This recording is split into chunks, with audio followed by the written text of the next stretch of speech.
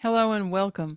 Today, I want to share with you in this short episode how your beliefs, how your mindset, if you will, impacts your dog's life as well as your own.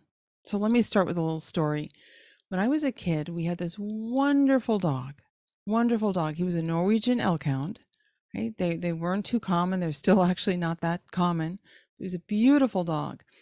And so what's interesting is we started showing him, my dad and the family, we started showing him just as amateurs. We didn't hire professionals or do anything. He was Zeus, his name was, which is a great name, isn't it? He was a much loved member of the family. That was first and foremost. But we also wanted to do dog shows on the weekend. So my dad would handle him and he would do the confirmation classes. And he did quite well. He was a beautiful dog, very well developed. And then once he got his championship and all that, we decided to go more into obedience work. And what's funny is, especially then, so this is quite a number of years ago, I was a kid. Everyone would tell my dad, all these professionals and non-professionals alike would tell us, "Oh, you can't train a Norwegian elkhound. Oh, you'll never do anything in the obedience ring. He's never going to do anything." And that's a belief that a lot of people have. They say, "Oh, they're bred for hunting. They're never going to listen to you." Okay. And luckily, my dad didn't believe that. Okay. He refused to accept that. You can think of it as like a hypnotic suggestion, because this is how beliefs are formed.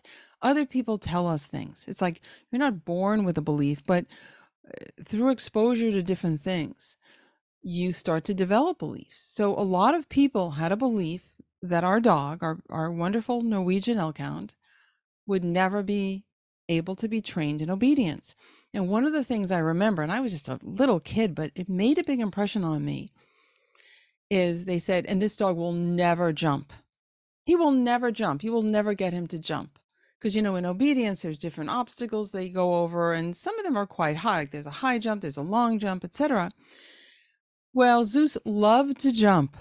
So he would do all the recalls with the jumps and, holding the dumbbell, doing all the things. He was great. So he actually got trained up to utility level and he was fantastic. As a matter of fact, he was so good that he was chosen to make dog food commercials. He used to be on TV because he knew all these hand signals, right? So super fun stuff.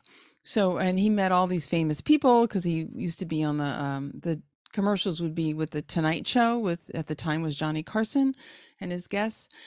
So he went from, if my dad had listened to these people, all these so-called experts, right, he wouldn't have bothered trying to teach Zeus anything, right? It's just like, oh, Norwegian elkhounds can't learn, right? They can't be trained. But he refused to believe that. Now, unfortunately, a lot of us just take in things and create what we call limiting beliefs. They're beliefs either about ourselves, about our dogs, about other people, whoever. And then we live our lives by them because they create certain feelings in us, maybe feelings of inadequacy, maybe feelings of frustration. And then our actions are in response to those feelings. And a lot of this happens unconsciously. Okay. A lot of it happens under the radar. So it's like we need to kind of bring it to the surface so we know how to change them. So let me give you an example that this might hit home. Maybe there was a time where you got a new job or you transferred to a new department or whatever, or somehow you got a new supervisor, a new boss. And somebody warned you about this boss. And they said, she's not a very nice boss. Matter of fact, she's horrible. And that's the reason I'm leaving. She's unfair. She's this, she's that, she blah, blah, blah. It's all negative stuff they told you. Well, you're going to go into that job with the expectation that this supervisor is going to treat you badly. And so your brain will look for evidence of that to support that. It's what we call confirmation bias. It's like you have this belief and then you find evidence. It's like doing a Google search, right? What you put in is what comes up. So if you If you tell your brain, right, this is a bad person, they'll start showing you examples of how she is terrible.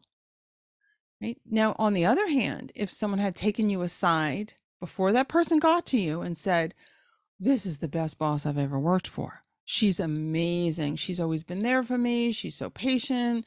The work is amazing, and they told you all this positive things and said, the only reason I'm leaving is because we're moving out of state and I have to leave. You would have a really different impression, wouldn't you, of that boss?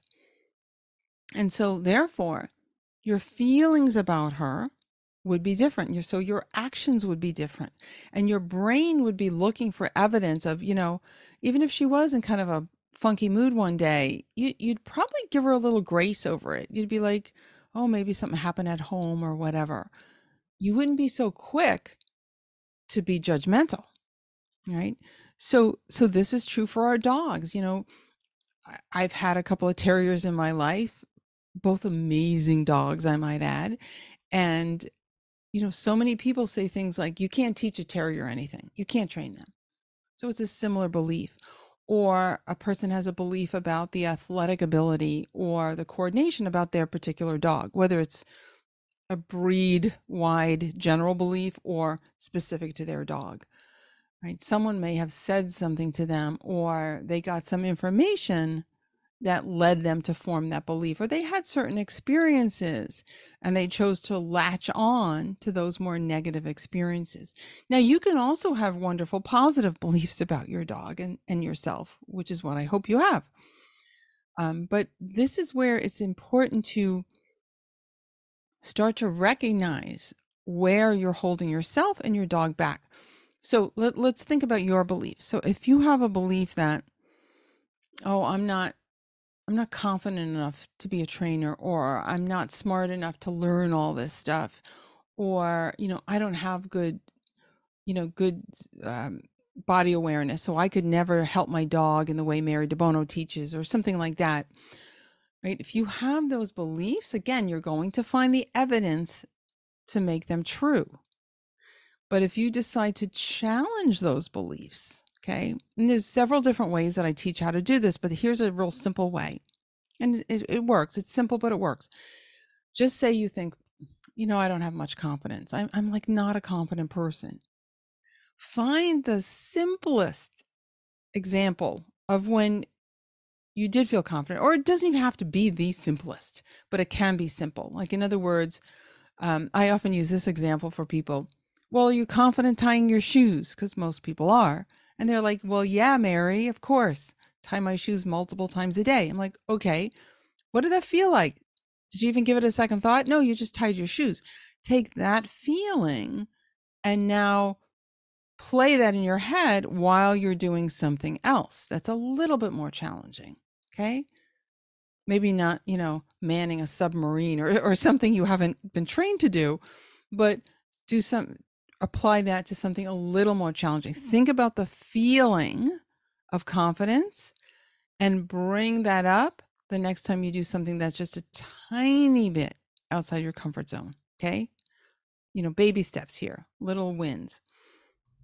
And also, if you think about your dog, if there's something you believe about your dog, can you find evidence of the opposite? So if it's a belief you don't want about your dog, right? Maybe, again, let's go back to the training thing. Oh, my dog is not smart enough, or that breed isn't easily trained. Well, find evidence of when you were able to teach your dog something. Find evidence of that. Okay. And then build on that. Super, super important. But again, I often go back to the example with my dad because it made a huge impression on me that he chose not to believe all that negative input he was getting about our dog. And luckily, he chose not to believe it. And we had amazing fun because our dog loved doing all that stuff. He loved it. We always kept it light. We didn't put pressure on our dog or anything. He was, like I said, first and foremost, a beloved member of the family. And we just did things he enjoyed as much as we did. So think about the beliefs you have, and they could also involve health issues. Like, a lot of people feel that if the dog has been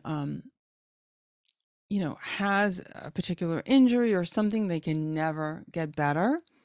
And I would ask you to question that. I did an episode about this, about how optimism can help heal your dog. You might want to look at that, because there are a lot of things that people were given, um, very negative prognosis, things like that, and of course you're going to take your vet's advice always, but there's things we can do to improve our dog's outlook, to improve the prognosis for our dog, that might be a little bit outside the box thinking, so to speak. So be careful where you get your information. Maybe get a lot of different professional opinions and things like that, so that you make the right decisions and you have beliefs that actually empower you and empower your dog, so that you have this wonderful, healthy, active life together. Okay.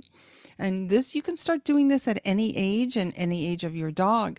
You can start changing how you feel about your dog.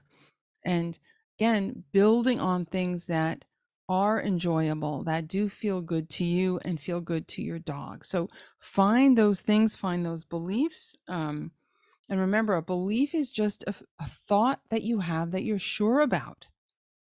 And maybe it's something that you shouldn't be sure about. Okay. There's a good saying that says, don't believe everything you think. So start to question your beliefs and think of how you can flip them. If they're not serving you and they're not serving your dog, think of how you can flip them and find evidence, even the silliest evidence, find evidence that the opposite is true, and start to have more beliefs that serve you and serve your dog. And I'd love to know what you're coming up with. I'd love to hear from you, um, even either over in my dedicated to dogs. That's my free Facebook group, and I'll have a link in the show notes. You can talk to me over there, or email me, mary@marydebono.com. I'd love to know what your limiting beliefs are for yourself or for your dog, or maybe what your empowering ones are, or what you want to switch them to. Any of those things. Let me know what's on your mind. Or also let me know what you'd like in a future episode, and we can make one just for you. Okay. Well, thank you so very much. I love sharing this work with you, and I can't wait to talk to you again. Bye for now.